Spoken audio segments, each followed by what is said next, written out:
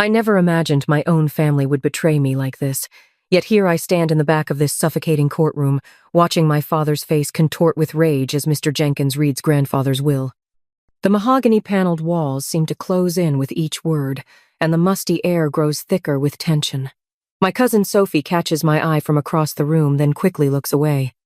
The Carter family ancestral home, including all contents and surrounding property, is hereby bequeathed to my granddaughter, Emma Carter. My heart pounds against my ribs. The room erupts in harsh whispers, a storm of disbelief and anger. Dad's neck flushes crimson as he whips around to glare at me. Uncle Jason grips his shoulder, but his own face betrays the same shock. This can't be right. Dad's voice cuts through the chaos. There must be some mistake. Mr. Jenkins adjusts his wire-rimmed glasses, unfazed. The will is quite clear, Mr. Carter. Your father was explicit in his wishes. I grip the back of the wooden bench, steadying myself. The room spins with fragments of memories, last summer's heated argument filtering through the study door as I stood frozen in the hallway. Grandfather's voice, usually so gentle, sharp with anger. I know what you're doing with the company, Robert. Did you think I wouldn't figure it out? Dad's response had been cold, calculated. You're an old man living in the past. Business isn't done your way anymore. Money laundering isn't business, Grandfather had shot back. It's criminal. The memory shifts to 3 months ago, just weeks before Grandfather's death. I'd found him in his study, surrounded by stacks of papers, his face gray with exhaustion. When I'd asked if he was okay, he'd gripped my hand with surprising strength. Promise me you'll protect it, Emma. The house, the legacy, all of it. Don't let them destroy everything I've built. I hadn't understood then. I do now. Emma. Dad's voice yanks me back to the present as he strides toward me, his expensive shoes clicking against the hardwood floor. We need to discuss this immediately. There's nothing to discuss. My voice comes out stronger than I feel. Grandfather made his choice. You don't understand what's at stake here. His words carry a threat beneath their surface. Uncle Jason hovers behind him, conflict etched in the lines around his eyes. The house needs to be sold. The market is perfect right now, and I have buyers lined up. Another memory flashes. Dad's construction company office late one night last month, voices carrying through the thin walls as I'd waited to drop off some paperwork. A man I didn't know speaking in urgent tones. The feds are starting to ask questions, Robert. We need that money cleaned, and we need it fast. My stomach churns. You mean your money laundering operation needs the cash? The words escape before I can stop them, quiet enough that only he and Uncle Jason can hear. Dad's face pales. Watch your mouth, he hisses. You have no idea what you're talking about. But I do. I've seen the signs for months. The mysterious meetings, the shell companies, the way money disappears and reappears through his construction projects. Grandfather saw it too. That's why he did this. The house isn't for sale. I straighten my spine, meeting his gaze. Not now, not ever. You ungrateful little... Dad lunges forward, but Uncle Jason pulls him back. Robert not here, Jason mutters, his eyes darting around the crowded courtroom. I step backward, my heel catching on the carpet. The other relatives watch with barely concealed interest, vultures waiting to see who'll draw blood first. The weight of their stares presses down on my shoulders. Miss Carter, Mr. Jenkins's voice cuts through the tension. There's one more stipulation. The property cannot be sold without your explicit written consent. Your grandfather was quite insistent on this point. Dad's jaw clenches so tight I can see the muscle jump. This isn't over, he growls, turning on his heel. Uncle Jason follows, but not before giving me one last look. Is it warning or sympathy in his eyes? I remain rooted to the spot as the room slowly empties, my mind racing. The house, grandfather's sanctuary, our family's legacy, he left it to me. Not to Dad, not to Uncle Jason, but to me. The responsibility settles heavy in my chest. As I gather my things, my hands trembling slightly, a question burns in my mind. How far will they go to seize what isn't theirs? The answer terrifies me, but I won't back down. Grandfather trusted me with this for a reason. Looking at the will in my hands, I know this is just the beginning. They won't stop until they get what they want, or until I stop them. And right now, I'm the only thing standing between them and everything Grandfather tried to protect. Tell me what you see. I lean forward in Olivia's office chair, my heart thundering as she examines the documents spread across her mahogany desk.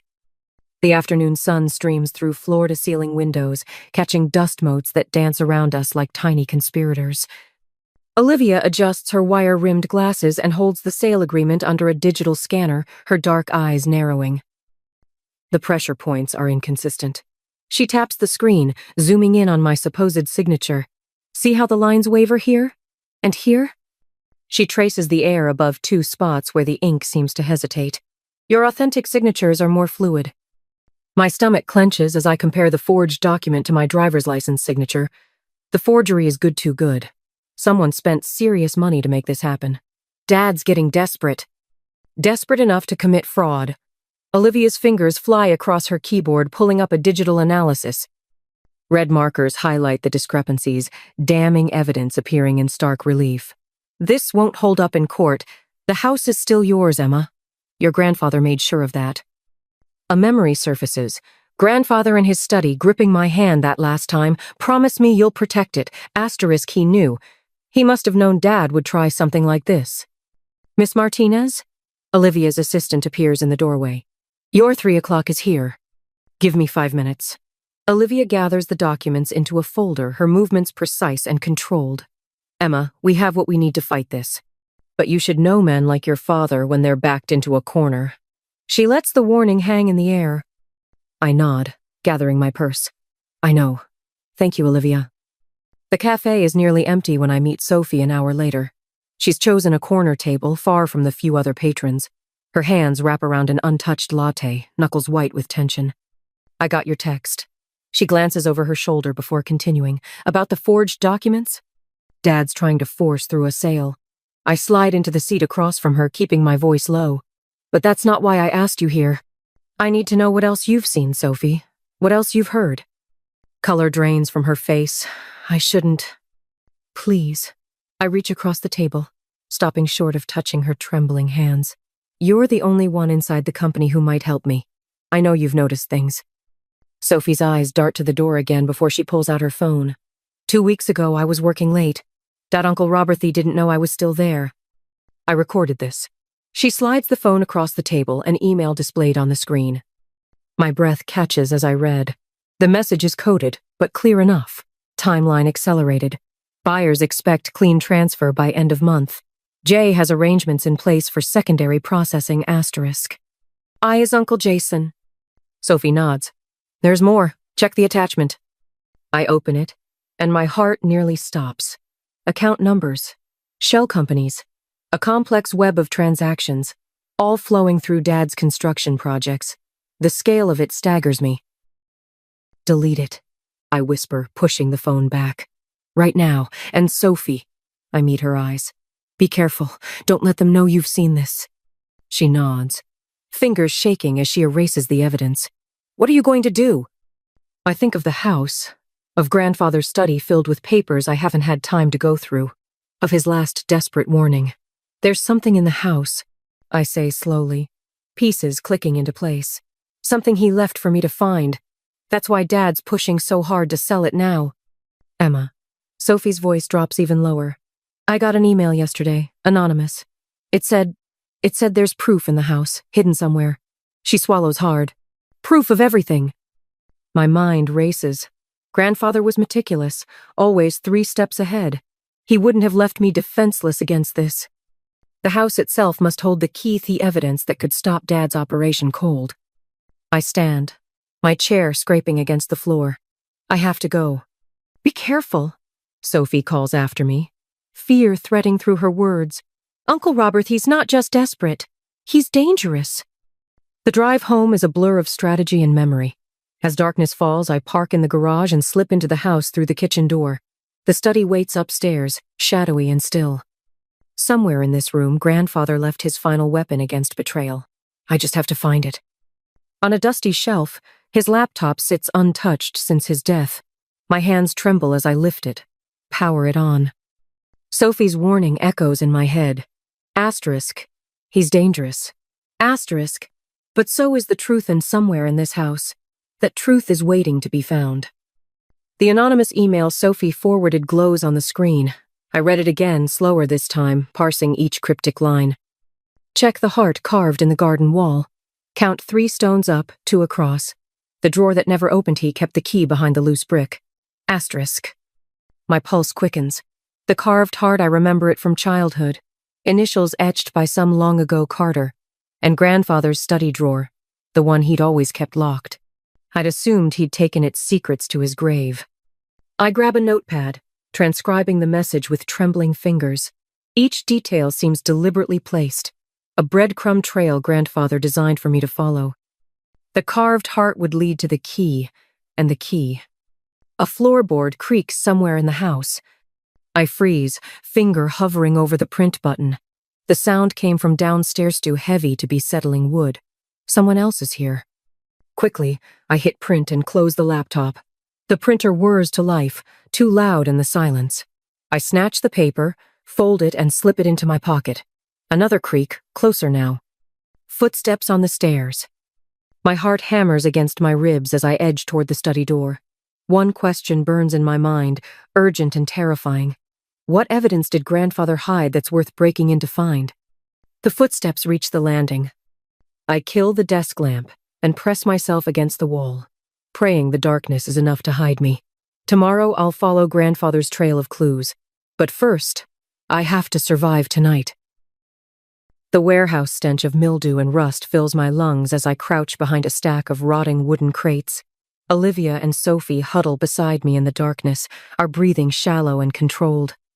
Through a gap in the crates, a slice of fluorescent light illuminates Dad's face as he paces the concrete floor 20 feet away. Even from here, I can see the sheen of sweat on his forehead. "Time's running out," he snaps at the shadows gathered around him. "The feds are breathing down our necks, and that little brat," the word twists like a knife in my chest, "is refusing to cooperate." A gravelly voice responds from the darkness. "You assured us this would be handled cleanly, Robert." The speaker steps into the light. Vincent Delgado, his expensive suit, a stark contrast to the decay surrounding us. Instead, we've got whispers of an investigation and a paper trail a mile long. My hand tightens around the small recording device in my pocket. Olivia touches my arm, a silent reminder to stay still. "I can fix this," Dad insists, but there's a tremor in his voice I've never heard before. "The house sale will cover everything once it's done." "And how exactly do you plan to make that happen?" Vincent's words drip with menace. "Your daughter holds the keys now, doesn't she?" A muscle twitches in Dad's jaw. "Leave Emma to me. I've got the documents ready. With or without her cooperation, that sale is happening within 48 hours.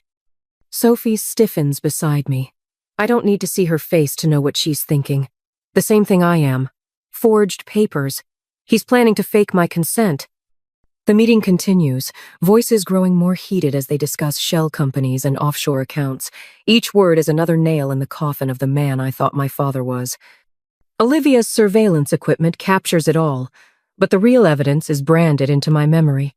The casual way they discuss fraud, the calculated plans to steal what's rightfully mine.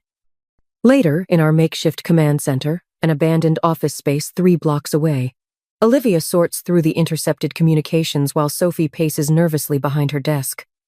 "He's moving faster than we thought," Olivia says, fingers flying over her keyboard. "Look at these timestamps. The sale documents are already being processed." I lean over her shoulder, scanning the decoded messages. "How long do we have?" "Hours, maybe." She points to a string of encrypted text. "They've got a buyer lined up for tomorrow morning once those papers are filed." "We can't let that happen." My voice is steel, surprising even me.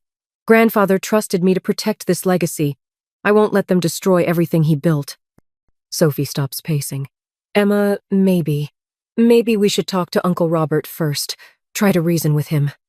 The memory of his face in the warehouse, cold, calculating, already planning to forge my signature, hardens my resolve. He's had his chance to do the right thing. Now it's time for a different approach. 20 minutes later, I stand in grandfather's study, the weight of generations pressing down through the darkness. The house creaks around me, familiar sounds that used to bring comfort. Now they feel like warnings. The door opens. Dad's silhouette fills the frame, his shoulders tight with barely contained rage. "You wanted to see me?" His voice is carefully controlled, but I can hear the storm brewing underneath. Yes. I move to grandfather's desk, place my hands on its worn surface. We need to talk about the forged documents you're planning to file tomorrow morning. The silence stretches between us, thick with decades of lies. Through the study window, storm clouds gather on the horizon, echoing the darkness in my father's eyes. You have no idea what you're talking about.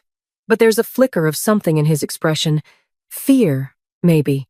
Or recognition that his carefully constructed world is beginning to crumble. Don't I? I reach into my pocket, withdraw the recording device. Would you like to hear what Vincent Delgado had to say about it?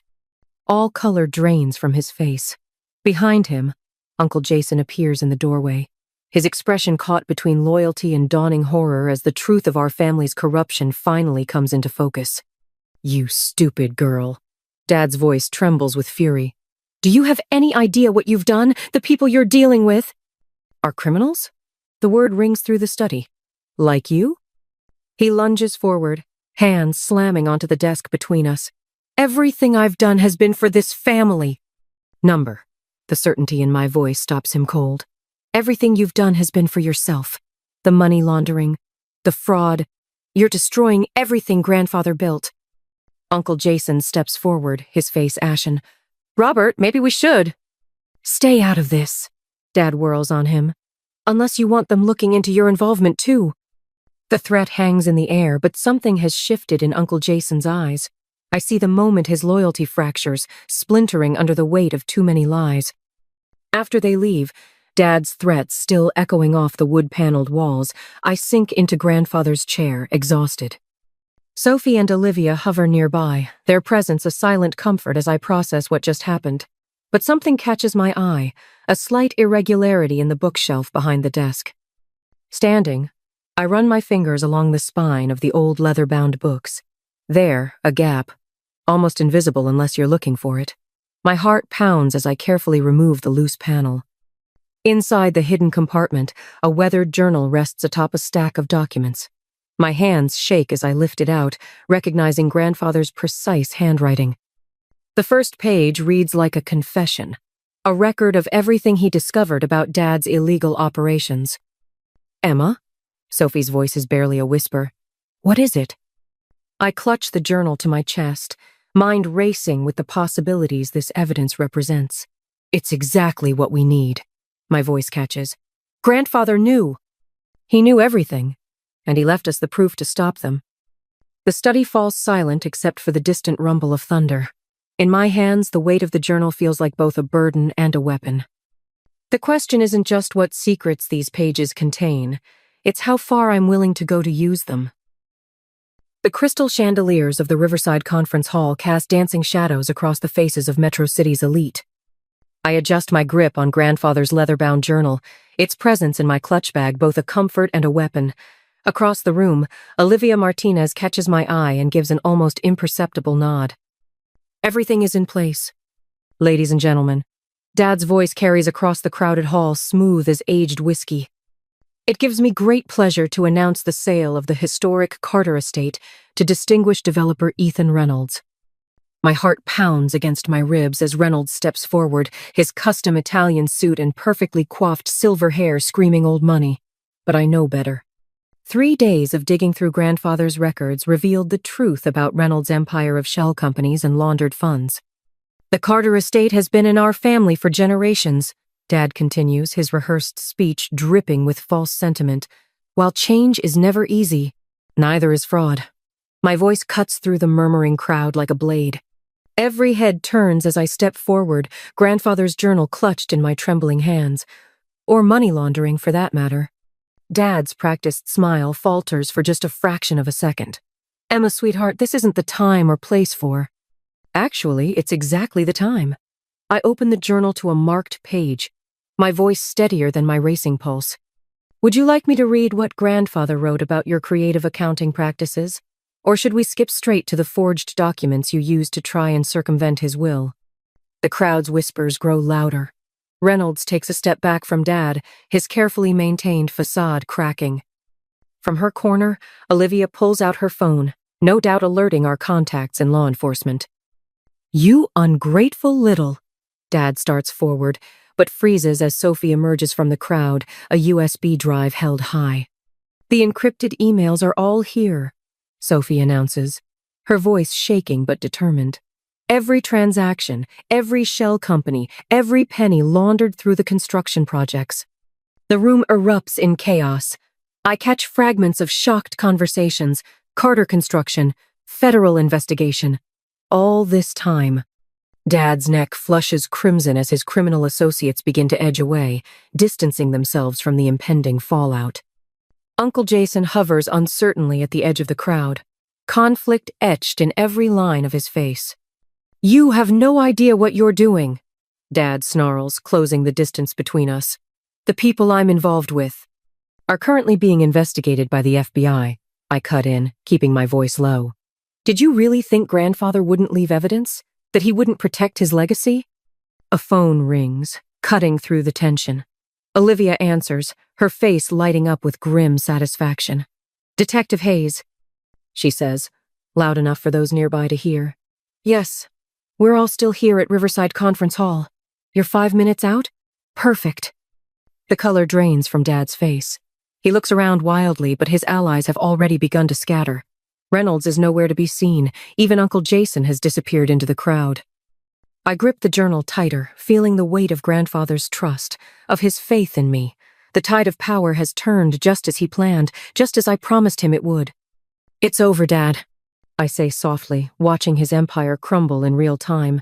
"Grandfather knew what you were doing with the company. He made sure I would have everything I needed to stop you." Across the room, I catch glimpses of dark suits and badges as law enforcement begins to filter in through the side entrances. Dad sees them too. His face contorts with a mixture of rage and fear that makes him look like a stranger. "This isn't over," he growls, but the threat in his voice rings hollow now. I think of the house, Grandfather's sanctuary, our family's true legacy. Not a fortress for laundered money or a pawn in Dad's schemes, but a home built on integrity and trust. Everything Grandfather fought to protect, everything he entrusted to me. "You're right," I say, standing my ground as Detective Hayes approaches. "For you, it's just beginning." The courtroom buzzes with whispers as Dad strides toward the podium, his Armani suit a sharp contrast to his unraveling composure. Camera flashes punctuate the tension like lightning before a storm. I grip the edge of the wooden table, steadying myself as his words slice through the air. My daughter is young, naive. His voice carries that familiar patronizing tone that used to make me shrink into myself. Not anymore. She doesn't understand the complexities of business, of family legacy. If she continues down this path making these wild accusations, he turns to face me directly, eyes glinting with barely contained rage. There will be consequences that can't be undone. The threat hangs heavy in the air. A reporter's pen scratches against paper somewhere behind me. I catch Sophie's eye across the room. She gives me the slightest nod, and something in my chest steadies. "I have evidence," Dad continues, "of certain indiscretions that would be devastating if made public. Emma, please." His voice softens, dripping with false concern. "Don't force my hand." Olivia Martinez, my attorney, shifts beside me. We've prepared for this moment, anticipated every move. The weight of Grandfather's journal presses against my side where it's tucked into my briefcase, along with the stack of financial records that will shatter Dad's carefully constructed facade. I stand, and the room falls silent. "You're right about one thing," I say, my voice carrying clear and strong. "I am your daughter, which means I learned from the best about keeping receipts." Olivia steps forward, nodding to the court clerk. The projector hums to life, and the first document appears on the screen, a detailed spreadsheet tracking money movements through shell companies, each transaction highlighted in damning red. This is a record of funds flowing through Carter Construction's subsidiary accounts. Olivia explains, her professional tone masking the bombshell she's dropping. Note the pattern of deposits and withdrawals, each carefully structured to avoid detection. Dad's face drains of color. Uncle Jason, seated in the front row, leans forward with widening eyes. "But that's just the beginning," I continue, pulling out Grandfather's leather-bound journal. "This contains detailed observations of every suspicious transaction, every late-night meeting, every shell company created over the past 5 years. Grandfather didn't just suspect what you were doing, Dad. He knew. He documented everything. The journal trembles slightly in my hands, not from fear, but from the surge of adrenaline coursing through me. Dad takes a step forward, his composed mask cracking. "You're making a mistake," he hisses, low enough that only those closest can hear. "Everything I did was to protect this family's future." "Number," I meet his gaze. "Everything you did was to protect yourself." Olivia advances to the next slide. Copies of forged documents bearing my supposed signature, authorizing the sale of the house. The evidence we've gathered laid bare for all to see. Gasps ripple through the courtroom as she methodically explains each piece. The forensic analysis proving the forgery, the intercepted emails discussing the scheme, the network of offshore accounts waiting to receive laundered funds. Dad's criminal partners shift uncomfortably in their seats. I recognize some of them from those suspicious meetings at the construction office. Men in expensive suits who now look like they're calculating their fastest escape routes. "Miss Carter," Judge Reynolds' voice cuts through the tension. "These are serious allegations. Mr. Carter, do you wish to respond to this evidence?" Dad's jaw clenches so tight I can see the muscle jump. The same tell he had that day in the study with Grandfather. His silence speaks volumes. "Your Honor," Olivia continues, "we have Detective Marcus Hayes of the Financial Crimes Unit present and prepared to testify about the ongoing investigation into these matters." Something snaps in Dad's eyes. He spins toward Uncle Jason, who's already half rising from his seat. "You told them," he snarls. "You spineless." "Order!"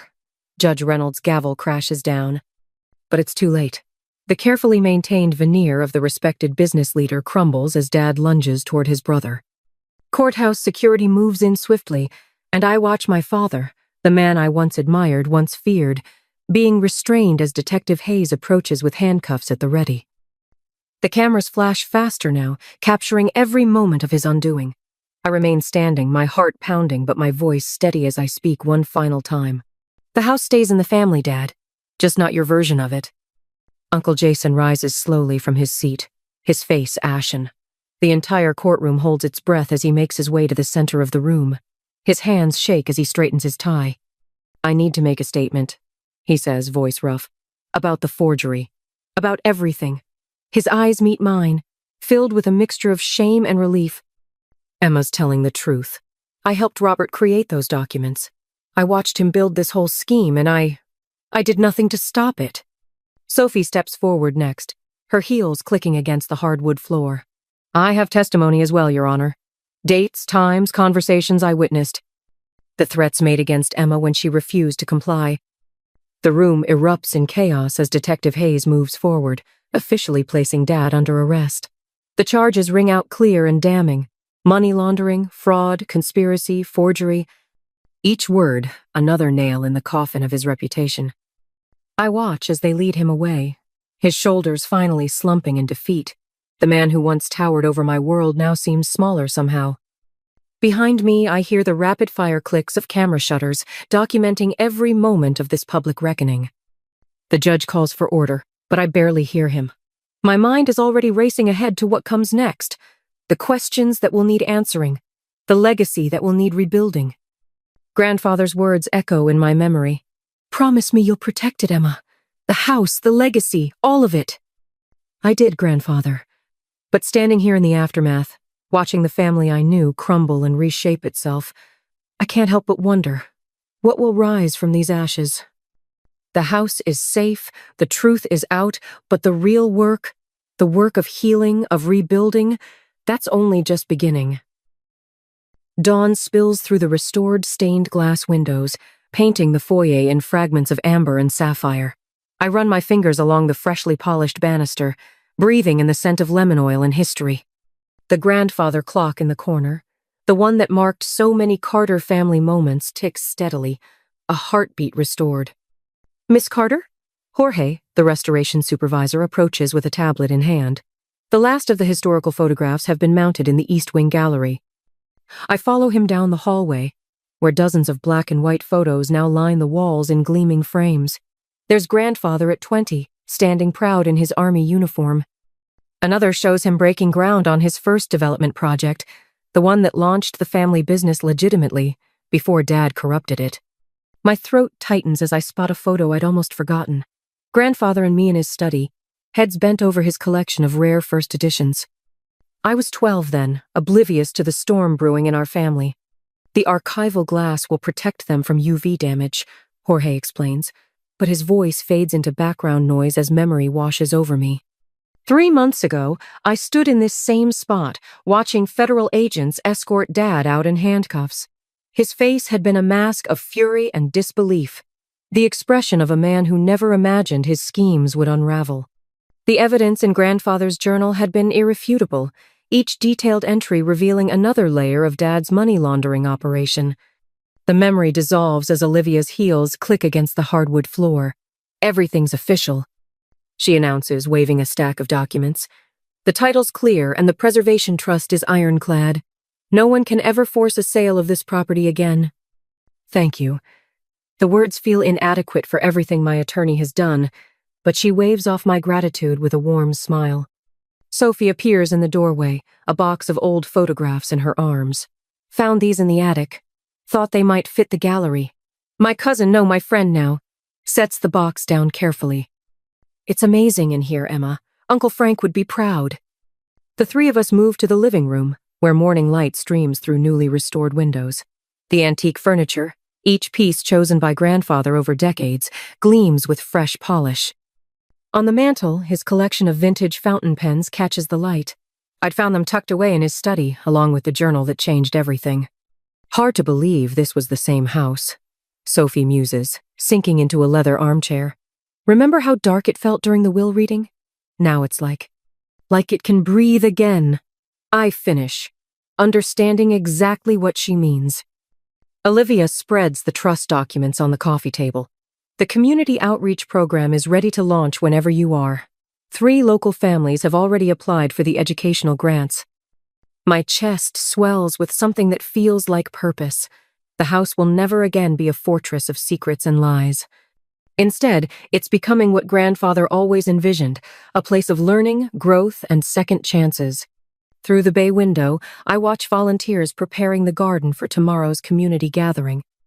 They're planting wildflowers in beds where nothing grew for years, the colors a riot of purple, yellow, and white against rich soil. One bed has been reserved for the rose bushes Grandfather loved, the ones Dad ordered removed years ago. They'll bloom again next spring. The Grandfather clock chimes 10, its sound resonating through rooms no longer choked with tension and deceit. Each note feels like confirmation, like Grandfather's voice saying, "This is what I protected it for. This is what I knew you could do." Asterisk. I move to the window, pressing my palm against the cool glass. The morning sun illuminates every corner of the property, from the restored Victorian greenhouse to the winding gravel paths. No more shadows, no more secrets, just light, possibility, and the steady foundation of truth that Grandfather helped me build. Ready for tomorrow? Sophie asks, joining me at the window. I nod, watching a monarch butterfly drift through the garden. Ready for everything that comes next.